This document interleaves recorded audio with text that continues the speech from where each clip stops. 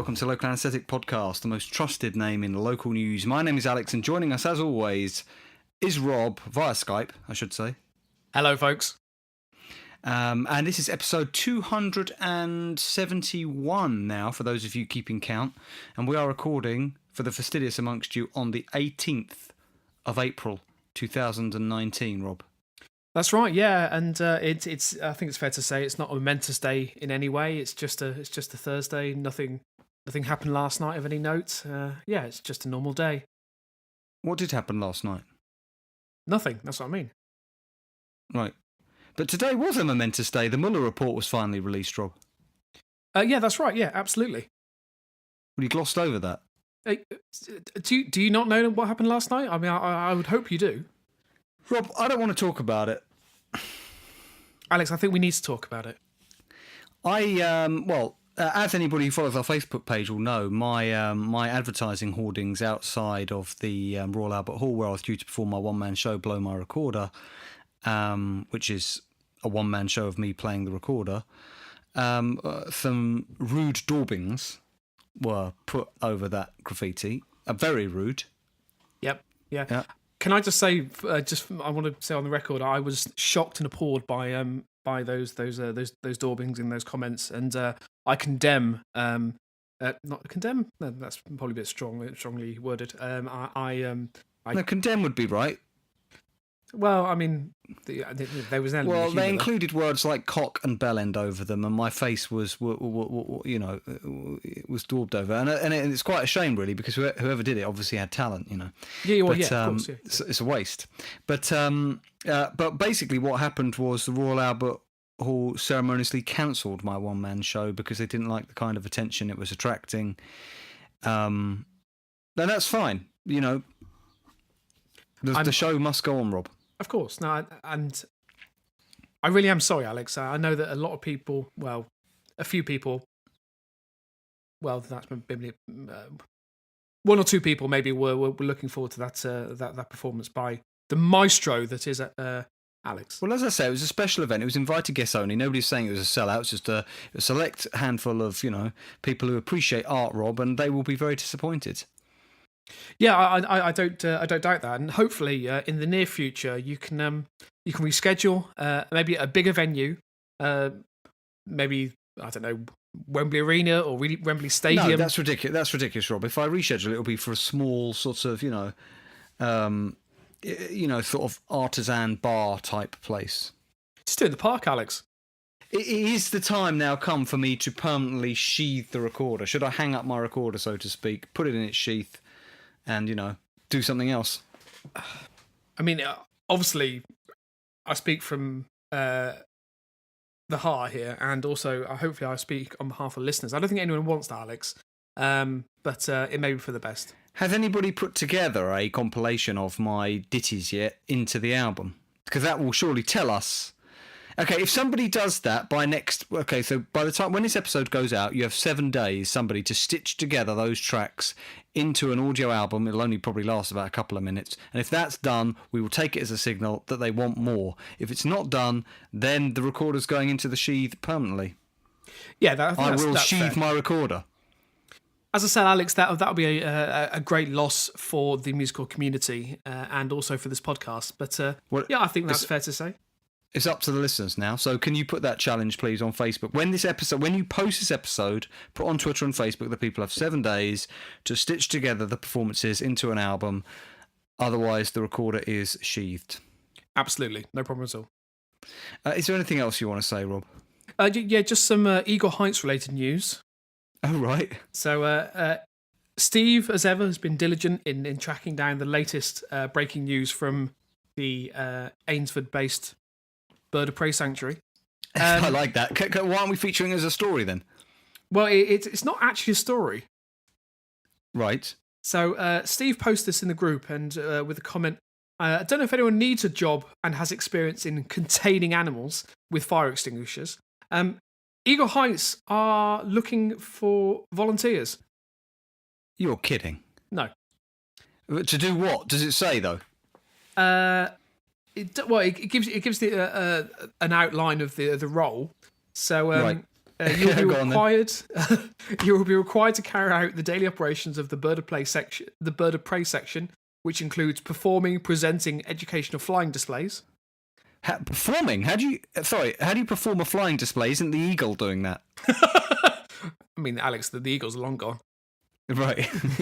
So you've got to dress up as an eagle and go far in the distance, and they suspend you from wires and pretend that's the eagle. Exactly. You have to be in the distance so you can't tell, but in a feathered kind of costume. Yeah, exactly. It's just like Michael Copperfield? David Copperfield. David Copperfield. Is he litigious? Whatever happened to him? I'd imagine so. Yeah, probably. I don't know, actually. I think he just disappeared. Right. Hopefully he'll be coming back very soon. Goes on to say you will be responsible for daily husbandry of the birds. Sorry, is that... what does that mean? Does that mean you've got to be like a kind of marital partner to the animal that you're paired with? I don't know what husbandry is. I'm assuming it's taken care of, isn't it? That's what it means. Yeah, I think so. So you'll be responsible for the daily husbandry of the birds of prey and it's other quite an bird old-fashioned, species. quite an old-fashioned advert. This in some of its language. Yeah, that's true. Okay. Yeah. And other bird species focusing on training, animal welfare, enrichment, cleanliness, observations of individual animals. Observations, rectal exam, Rob. Like the pigeons from last week. Okay, Rob, are we ready to go? Yeah. I did notice, though, that on Facebook, do you remember Face of Strange had done that wonderful... Well, actually, no, quite a lot happened, didn't it? Because Face of Strange did that wonderful mock-up of the whole Times. You remember that story with the old lady, and I'm really talking to the listeners, Rob, because I know you remember it, the old lady who ordered the couch, and the couch never came, and so she had to sit in an uncomfortable wooden chair in her living room, was very unhappy, and wrote to the local paper about it. And Face of Strange mocked up this... what did he mock up? So it was the front page of the whole Daily News, or whatever the paper was. It was a mock-up to show us with the old lady doing some sort of exercise routine, I believe. That was it. But he's since done some more, which are extraordinary, because now the couch has arrived in his Photoshop version, and you and me are sitting on it, and she's sitting on the floor next to us. Yeah, I don't want to break the fourth wall. I'm not sure if that works on a podcast. But I did actually ask Face of Strange if he can mock up the initial photograph. Right. Because I thought it'd be entertaining. But what I didn't expect is he came back and we have this beautiful triptych of all three images. Yeah, you've got to go on Facebook and look at them because they are brilliant. Yeah, they absolutely are. Yeah. And in exchange for this beautiful image, he asked for the pilot episode of the podcast, which I duly obliged and gave to him. Yeah, sorry, hang on a minute. Whoa. Rob, we are a partnership, supposedly, that this could be the beginning of the end, and I'm not joking.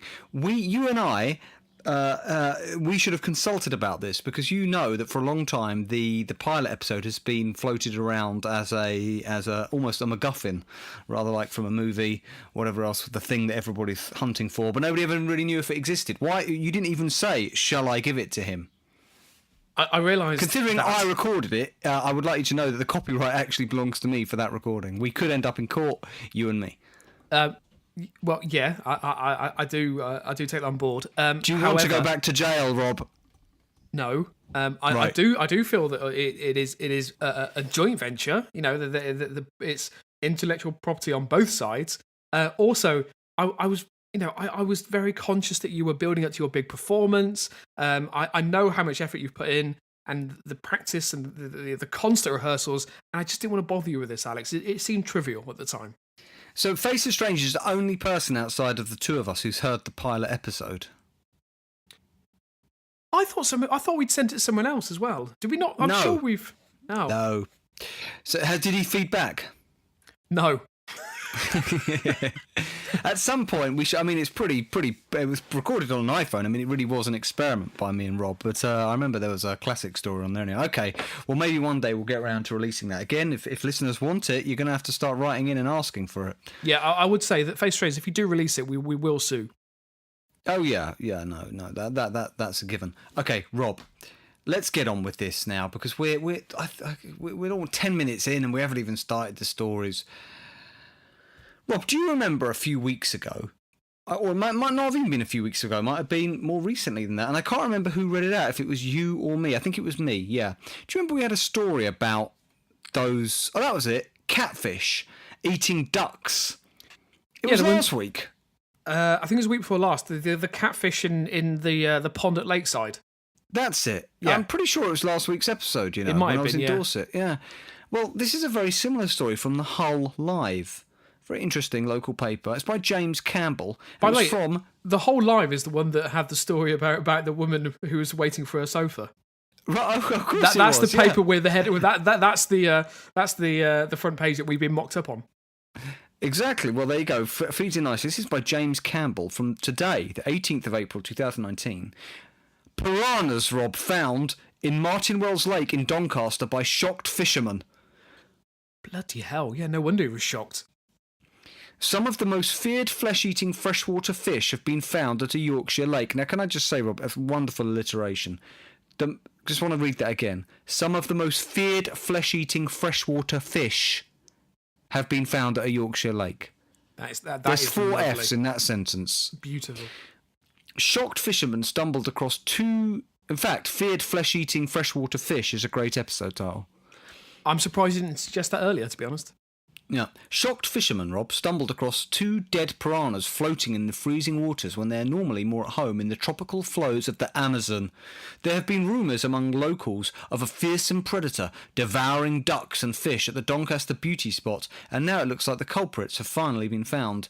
Unsure what they had fished out, residents only realised what they were when they saw the recognisable razor-sharp teeth. And I am looking at one, and yep, that is a piranha.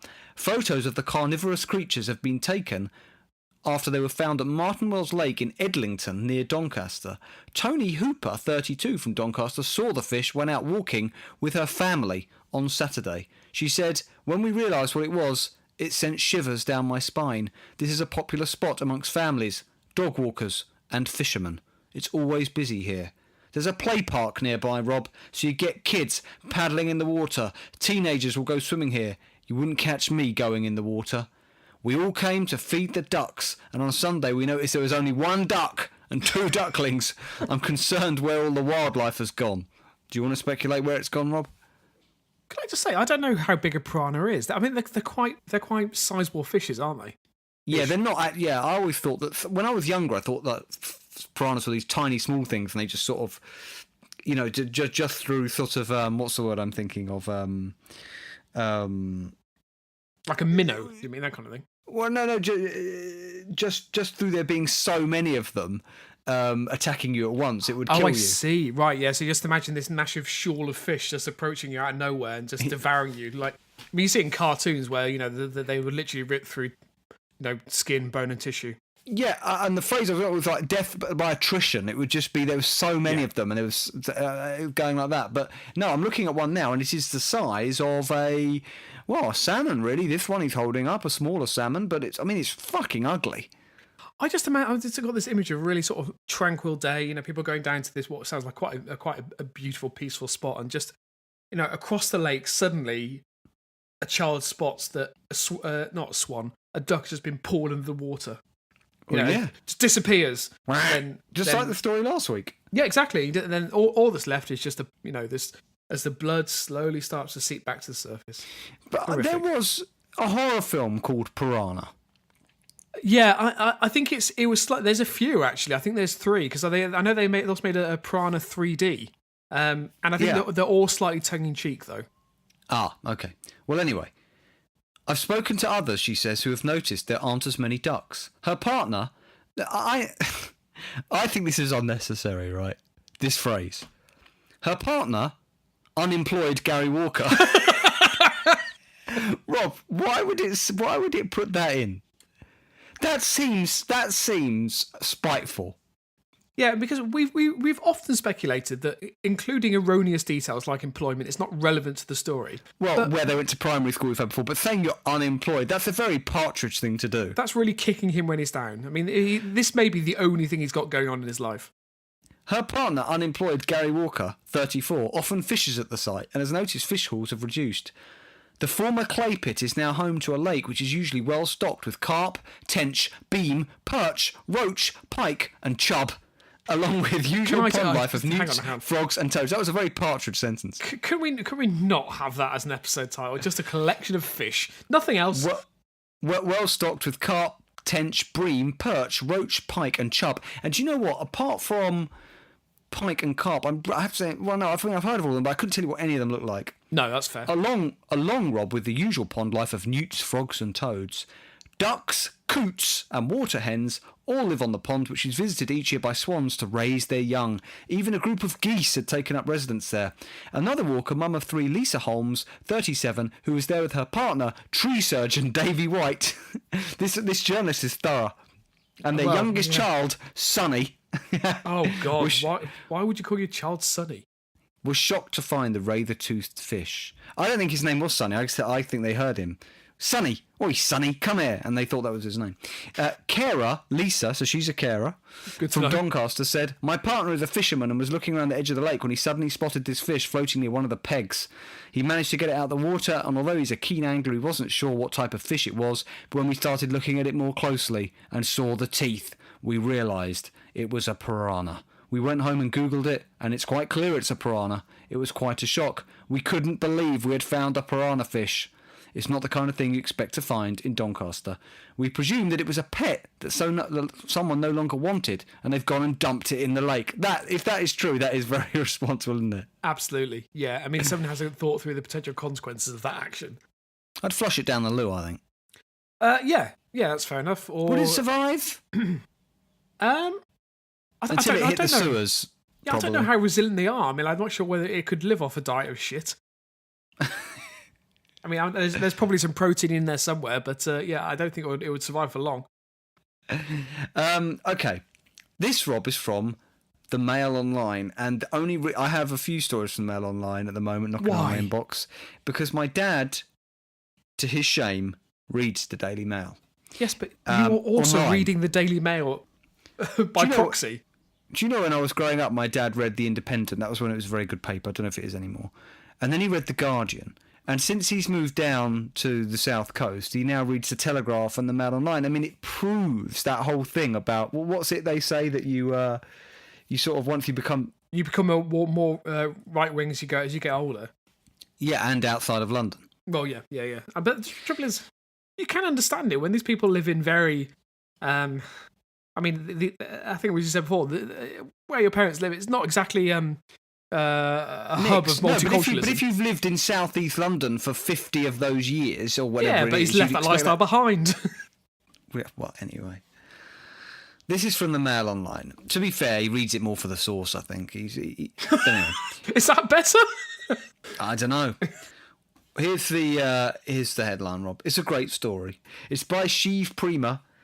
For Daily Mail Australia, Rob, the 11th of April 2019. Refugee mother who sued Woolworths for $1.3 million after... Oh, sorry. Before I even read... I'm going to start again. Before I read this out, Rob, I have to warn you that there is that I think there is a phrase within this headline which is one of the best we've ever had and is so quintessentially local anaesthetic. Okay. Refugee mother who sued Woolworths for $1.3 million after she, in quotes, slipped on a shallot while looking at constipation aid promotion, has case thrown out of court. Do you want me to read that again? Yes, please. Refugee mother who sued Woolworths for $1.3 million after she slipped on a shallot while looking at constipation aid promotions has case thrown out of court. Right, so hang on. Well, first of all, I know this is not the thing I should be focusing on, but does Woolworths still exist in Australia? Yeah, it must do, and I miss it here, Rob, because it was that, I miss the pick and mix. I miss the fact that it sold kind of a bit of everything, but it would have no hope in today's high street. It would fold within a couple of weeks. No, I do think that it always occurred to me that Woolworths have a similar marketing strategy as WH Smith's. I hate... Well, no, don't compare the two. If we could keep one, I'd like WH Smith's and Woolworths, and WH Smith's could go forever. By the way, we were talking about WH Smith's a few weeks back. And we said, yeah, we don't think they've got long. Then didn't they hit trouble? No, quite the opposite. They have announced record profits. Really? Yeah. But I heard they were in trouble recently. No. Well, anyway. It was all, again, it's the outlets and stations and airports that's really helping it for them. Bastards. Anyway. So she was trying to sue Woolworths for I mean, there's something about the phrase for tripping on a shallot. I mean, it's so deliciously Slipping, Rob. Slips. It's so deliciously middle class. And I mean, it's a shame. Yeah, I mean, hopefully she didn't injure herself, but no compo claim for her. Russian refugee Olga Day, 55, claims she would never work again, Rob, after she slipped in a Ryan Springfield Central Woolworths near Ipswich on December 18th, 2014. So that must be Ipswich in Australia. I'm assuming the Australian Daily Mail isn't reporting on a British story. I'm assuming it's Ipswich, Australia. It must be. It can't be the Woolworths in this country. There can't be the judge still open. Yeah, because there aren't any. That's a good point, Rob. The judge threw out her baseless case on Tuesday after she refused to let doctors examine her alleged injuries, according to the Sunshine Coast Daily report. Sunshine Coast Daily is not going to be a publication in England. You don't know that. It could be based in Great Yarmouth. True. Miss Day claims she could no longer work due to lower back injuries, a left knee tear, a left ankle tear, and a sprain and post-traumatic stress disorder. She would not let Woolworths doctors examine her out of fear of bias. Sorry, Woolworths doctors? This must be a very different Woolworths than we used to have. Get the doctors out, we've got an injury. Yeah, but to be fair... Wouldn't that be Dr. Nick from The Simpsons? I think it would be like that, and I can imagine his pockets would be filled with pick and mix. Cola bottles. Yeah, exactly. She chose not to take up that last chance, and that decision effectively concluded the proceedings. Supreme Court Justice Peter Davis said in his written reasons. Supreme Court? Is this... Well, no, I can imagine it might do. I mean, I'm assuming she must have appealed. I'm assuming that a decision has been taken in the lower court and she's appealed it. I don't know. He says she simply refuses to accept decisions made against her, even when she has unsuccessfully challenged those decisions on appeal. He said Miss Day, in quotes, has a history of making unfounded allegations against judges and unsuccessful applications seeking orders against legal practitioners acting against her, which is not going to go down well in the court, is it? No, not really. He ruled Miss Day should pay the legal costs of the supermarket giant and a product demonstration company that was showing Metamokil, which must be the constipation aid, in the store. Miss Day was not present in court for the decision. She tried to remove Justice Davis and two senior barristers acting for Woolworths from the case. She also made, in quotes, threats to refer the case to the United Nations and the Legislative Assembly of Queensland, according to Justice Davis. I love that. Oh, God, I wish this went to the United Nations. I mean, I don't think she really knows what United Nations do, but I mean, it would be nice for her to try and present her case. The answer to that question, Rob, is not much. Shocking. Oh, I'm kidding.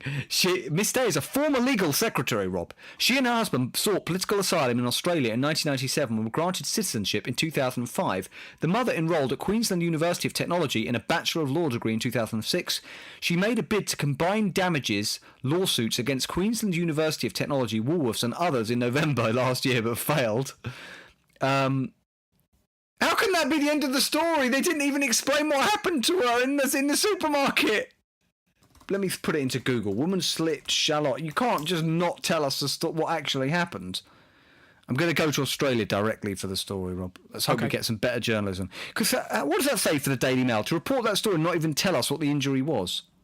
No, I mean, it's an extraordinarily strange story, and I do feel that... I've got it!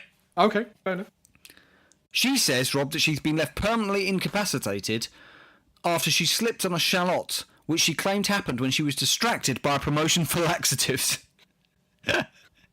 Also, so who's she suing then? The constipation? Like, is it their fault for the promotion? Well, it sounds like both. But also, I'm assuming she has evidence to support these claims, because these aren't just unfounded claims that she is just, well, I suppose plucked out of the air, really.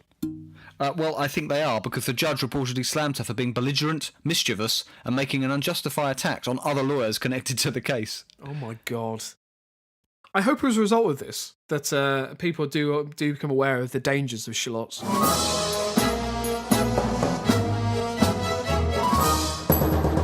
Okay, Rob, you got a story for us there. Well, the first story is one that I promised you last week that I would feature. It's from the Somerset Live. Now,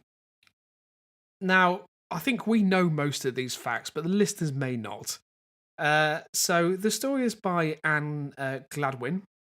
And the headline, 5 things you didn't know about Noel Edmonds and his love of positive energy. That was it. You were going to read that out. You gave me a choice. What was the choice? It was a choice of a story about Noel Edmonds and... the man who is now in police custody.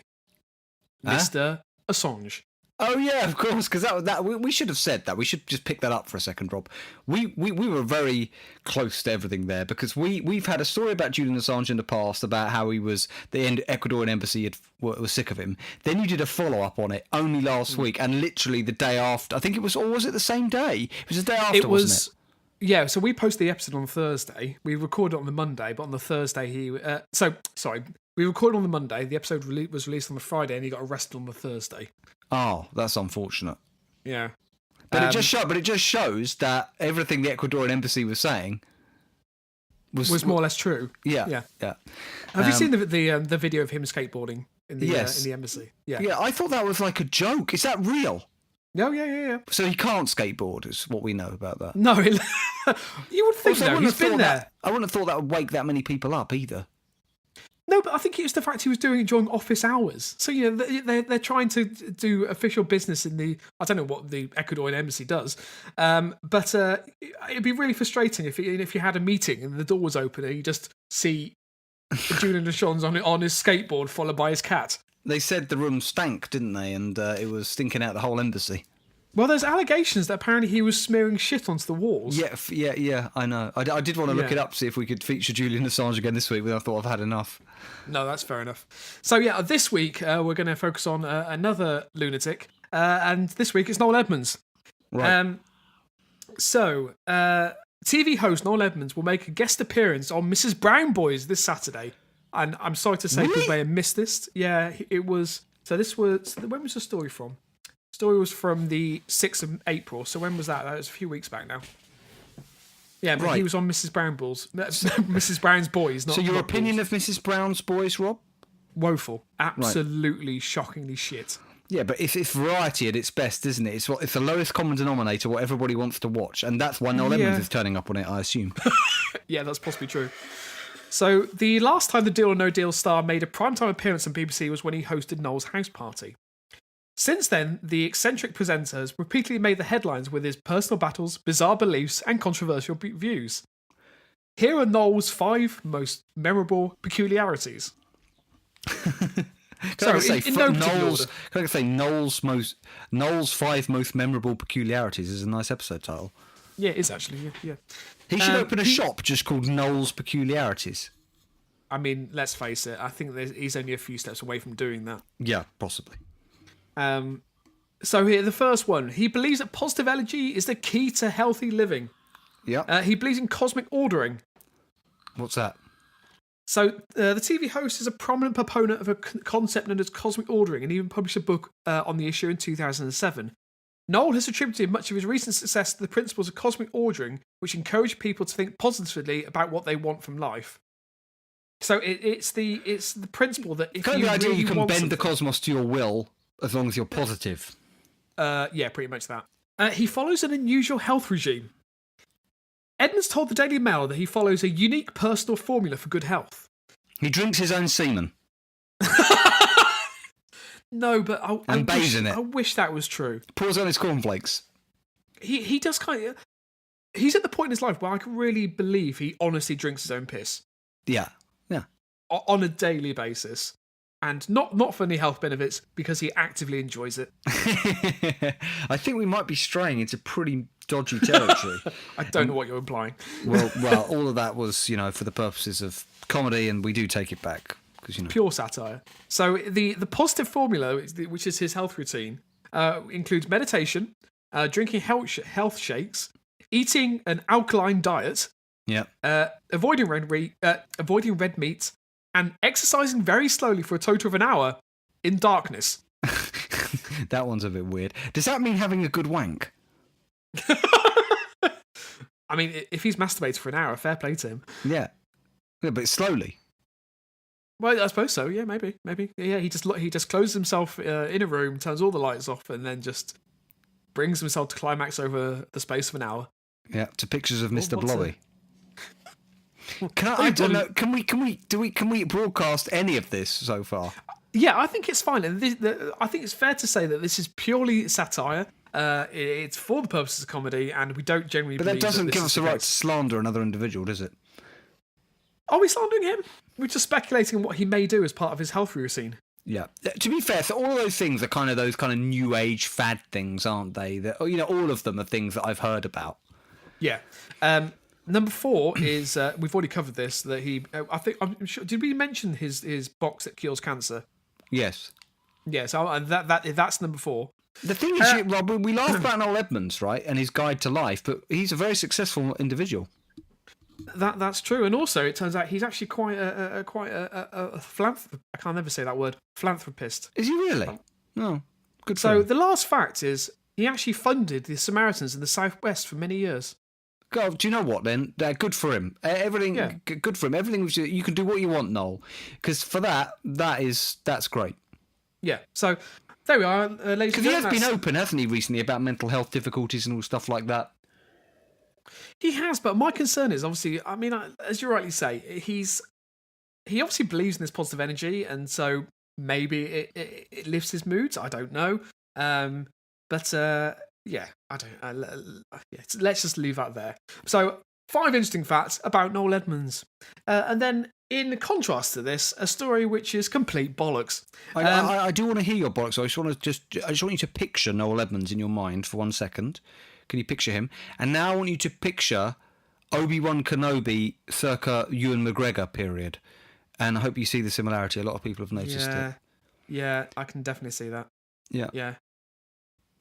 I have to say though, he does look good for his age. I don't know how old he is, but well, there you go. This is what I mean. The proof is all there, Rob. I'm worried that maybe I actually believe what he's saying. Yeah. Email him. I can invite him on the podcast. I don't think he'd come on after this episode, Rob. I don't know, he's getting desperate these days. Anyway, so this story I spotted from our friends at Angry People and Local News, and it's a great story. I mean, it's a bit old. It's 2016. But it's a great old? Story. It's over 2 years old. Yeah, I realise this, but it is a good story. So I'd love to know. I mean, I'm assuming this is still a going concern. It's from the Dunstable Today paper. Right. Yeah. That's because I do look for every local newspaper going, and the Dunstable Today is not one I've come across yet, and I'm upset. Where is Dunstable? Now, is it near Newcastle? No, nowhere near. No, sorry, I'm thinking of Darlington. Dunstable. Oh, great. Okay. Dunstable is. I've been to Dunstable. That's what I'm pretty sure. Have you? I'm almost certain. Is Dunstable? Okay, I'm thinking it's more south than north. Yep. Is it towards Gloucester? No. Is it the other way towards more like I'm talking about if you were to get to the end of this direction, Portsmouth? No. Where the fuck is it then? It's not far from Luton. Where's Luton? Are you being serious? Alex, you live in London. You don't know where Luton is. I never had a cause to go there, Rob. Right, Never yeah. It's north of London, Alex. It's about north, 25 yes. minutes I by could train. say it's Dunstable south of London, and you said yes. Oh, I thought. Sorry, I misheard what you said. I thought you said south or middle. Is it equidistant between London and Leeds? No, not that far up. It's below Leicester and Bedford. Right, okay. Another fantastic roundup of Alex doesn't know any geography of the UK. I don't think I have been to Dunstable, have I, Rob? No, you haven't, Alex. Have you been to Darlington? Was it you getting confused? I've been to Newcastle. Have you? I That have. surprises me. I don't know why. I really enjoyed it. Yeah, apparently it's lovely. I've never been, actually. It's supposed to be a lovely city. There you go. Anyway, this is from the Dunstable Today. It's from the 7th of December 2016. So as I said, it does go back a bit. No journalist was willing to put their name to it. The headline: Dunstable mum's anger after misleading alphabets can't spell son's name. Okay, I'm confused, but intrigued. An angry mum has complained to Tesco's because her bag of alphabet potato shapes did not contain the correct letters to spell her son's name. Well, surely they must have had every letter in the alphabet, no? Does he No, have? what- Is his name got why? special symbols in it? No.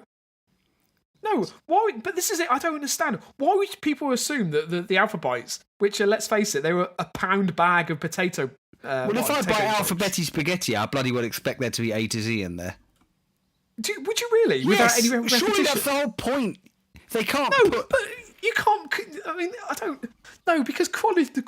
There is no poor fucker in a factory going through making sure every single letter is contained in every single can. Well, there should be. So, Nicola Hart, 30, was left very disappointed to discover that the £1 bag did not contain the letters L or O, meaning she could not spell out Logan. Couldn't she have made the L with an I quite easily? Well, hang on. But I don't know how she'd make the O. She then attempted to cover up the omission by replacing the L with an I, as you've already said, and the O with a C. Or a D. But surely couldn't she have used a capital D and just hollowed it out a bit? Yeah, or just bent it slightly. Yeah, or a P and broken off the tail. There are loads of ways she could have made the O. She's just not inventive enough. No, you're right, Alex. But unfortunately, her eagle-eyed 4-year-old son quickly noticed the mistake. Nicola was so furious she posted a complaint on the Tesco's Facebook page. What is this entitled young sort of... He sounds spoiled. What do you mean he quickly noticed the mistake? What, he wasn't satisfied? I'm not satisfied with these... What are they called? Alphabet? Alphabites. I'm not satisfied with these alphabets. Where's my O? Where's my L? Go, mother. Go and find me my letters. But then what... I imagine he threw him up against the wall. I'd love that. Just literally picked up the plate and just lobbed it at the wall. This is like the spaghetti just slowly fell. I think when they hauled Julian Assange out of the Ecuadorian embassy. Yeah. When they eventually got into the room through all the crap on the floor, managed to open the door, and they got in there, all they found was alphabites everywhere, Rob, all over the floor, just spelling out all work and no play makes Julian a dull boy. That's possible. Yeah. Yeah? Yeah. Anyway, so Nicola wrote, my son is 4 and learning his letters. I wanted to spell his name. To my shock, there wasn't any L's or O's, but a lot of repeated letters. Well, you don't do that with cheap potato produce. But you literally, the top of this said you would expect every single letter in a can. So yeah, why would you not expect it in here? What's the difference? I would expect it in the potato snacks as well, but not to teach children how to read, just for a point of detail, Rob, a point of principle. Right, okay. Don't call it the alphabet if it hasn't got all the letters in it. Yeah, but selected letter bites doesn't sound as good. Yeah, but it's honest. Yeah, true. It should be alphabet star, and then the star at the bottom says select, may not contain all letters of the alphabet. May also contain nuts and milk. Possibly, yeah, okay. I mean, let's face it, I don't think... This is the thing, you're buying a £1 bag of these things. Come on. Sounds like the kind of thing you'd eat, Rob. In the end, I improvised by using an I as an L and a C as an O, spelling out I can, whatever, which obviously wasn't his name. He noticed straight away and had to explain why. Very disappointed. Nicola bought the 500 bag of crispy potato letters from her local Asda in Dunstable. I don't know why that's relevant. The mother of 2, who also has a 40-month-old baby Miller, served up for Logan with chicken nuggets and baked beans. She said, it is misleading. Why would you sell them as alphabites? Really, they should be called certain letter bites. Did Asda reply to this, or have they given up?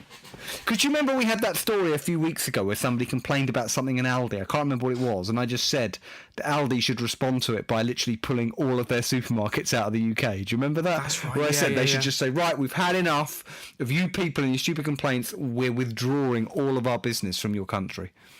So Tesco did respond. Oh, it was Tesco. You said Asda a minute ago. Oh, did I? Oh, sorry. I was making... yeah. You were assuming she's an Asda person, Rob. Yeah, that's exactly what happened. So Tesco responded to the complaint on Facebook saying, I am sorry that you did not have the correct letters in your pack of Tesco potato alphabet letters. I understand that you were disappointed with the range you had. See, so you were meant to get all the letters. It doesn't say that. It literally doesn't say that. The bags are random. The bags are packed with a random selection of letters, and we don't state that you'll get every letter. I apologise for any disappointment this causes. Right. Yeah. Anyway, it's that time of the week. So it's time. Well, I don't know whether should I. No, I'm going to leave until the listeners say they want me to unsheath that recorder again. It's not coming out. So it's time for our listener story of the week. So this week it's from Amy. Have you heard a story from Amy before? Yeah, yes. Okay. I can't remember where she's from. Can I say, Amy, I didn't like you commenting on Facebook about my biceps. Number one, they're not my biceps because my head was photoshopped onto that figure. But number two, no, my biceps aren't pretty much bigger than that. That doesn't mean I can't lift a recorder. Sorry. Yeah, you need to let that go, Alex. Right. Anyway, so the story's from the 19th of March. It's by Laura Clements. And it's from the Wales Online, which obviously traditionally is Craig's patch. But that's okay. Well, a war now between Craig and Amy, and that's not a war you want to start, Amy, because Craig has a lot of, well, meat cleavers and, I don't know, meat shredding machines. I don't know where I'm going with this. Meat shredding machines? What do they have in abattoirs? For all that poured pork. I don't know, Alex. The guns that shoot the bolts through their brains. Can I just say that, Craig, if you're listening to this, I hope you've got a new idea for a new meat product. So we could call it Alpha Beef. And it's just slabs of beef, bits of beef, but in the shapes of the alphabet. Make sure you can you use A to Z. Make sure they're included in the pack. A big seller. Spell out your name with beef. I mean, let's face it, you joke, but someone would buy that. Yeah. I can imagine Asda picking that up. I don't think beef though, Rob. It's too. It would probably need to be something that you can process a bit more easily, like pork or ham or something. Yeah, Alpha ham. Alpha ham. I'll work on that. There's something there. Anyway, so the headline: a woman had a poo on a Swansea city centre street in front of disgusted shoppers. Whoa! Oh, so this is daytime then. This is daytime. This is happening. Yeah. 10 o'clock in the morning. What the hell? Yeah. I like a morning dump as much as the rest of as much as anybody, but not in the street. No. A woman was spotted defecating on a busy street in the middle of Swansea city centre in front of shoppers. Oh, right, it was Swansea. Oh. Why does that matter? Isn't that a common occurrence? I just thought that was the norm. When in Rome, do as the Romans do, no? Yeah, well, I'm not going to comment. Sorry, no, I do take that back. So basically, just to be clear, so she had a dump on a Swansea High Street in front of shoppers. So they're annoyed that she didn't pick it up in a bag afterwards. Yeah, that's exactly it. Basically, that's why they're offended. Because obviously that's okay down there, but you do have to pick it up in a bag and take it home with you. That does seem to be the gist of the story, which is slightly concerning. Oh my God. And more than an hour after the offence, the mess was still in the street, and someone had accidentally walked in it when shopper claimed. How the hell do you accidentally walk in as human turd? It'd be pretty obvious. Well, no, be fair. Maybe they were distracted by looking at a promotion for a constipation aid and accidentally slipped in some shit. I would say that they may have slipped on a shallot, but I mean, let's face it, there's no shallots in Swansea. Anyway. So the shopper, who did not want to be named, said he was disgusted after coming across the woman at around 10 a.m. on Tuesday, March 19th. Even worse, he said, despite him telling a council warden about it, the evidence was still there 90 minutes later. So, come on, Rob, tell me what happened. Okay. The man who was out with his daughter shopping said, we parked in Oxford Street. Obviously, this is Oxford Street in Swansea, not London. And turned onto the street to go down to the bus station, when we saw a woman defecating on the street on the corner in front of the pub.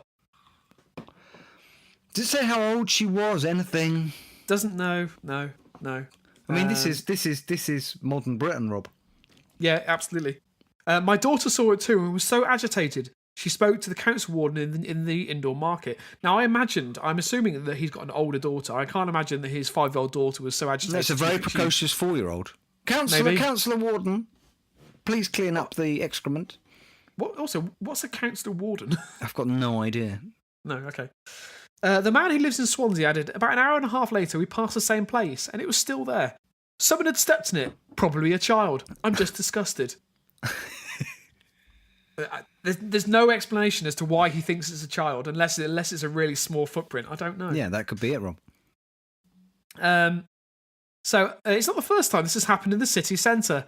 On March 6th, so literally 13 days before, there was outrage after a woman was photographed defecating on the beach on Swansea's seafront. Fucking hell. Have they just got no public conveniences there? Is that the problem? People are just forced into this? I don't know. Maybe people are just caught short, or maybe, as you rightly say, this is just a common practice. Seems to me, Rob, there's a business opportunity here.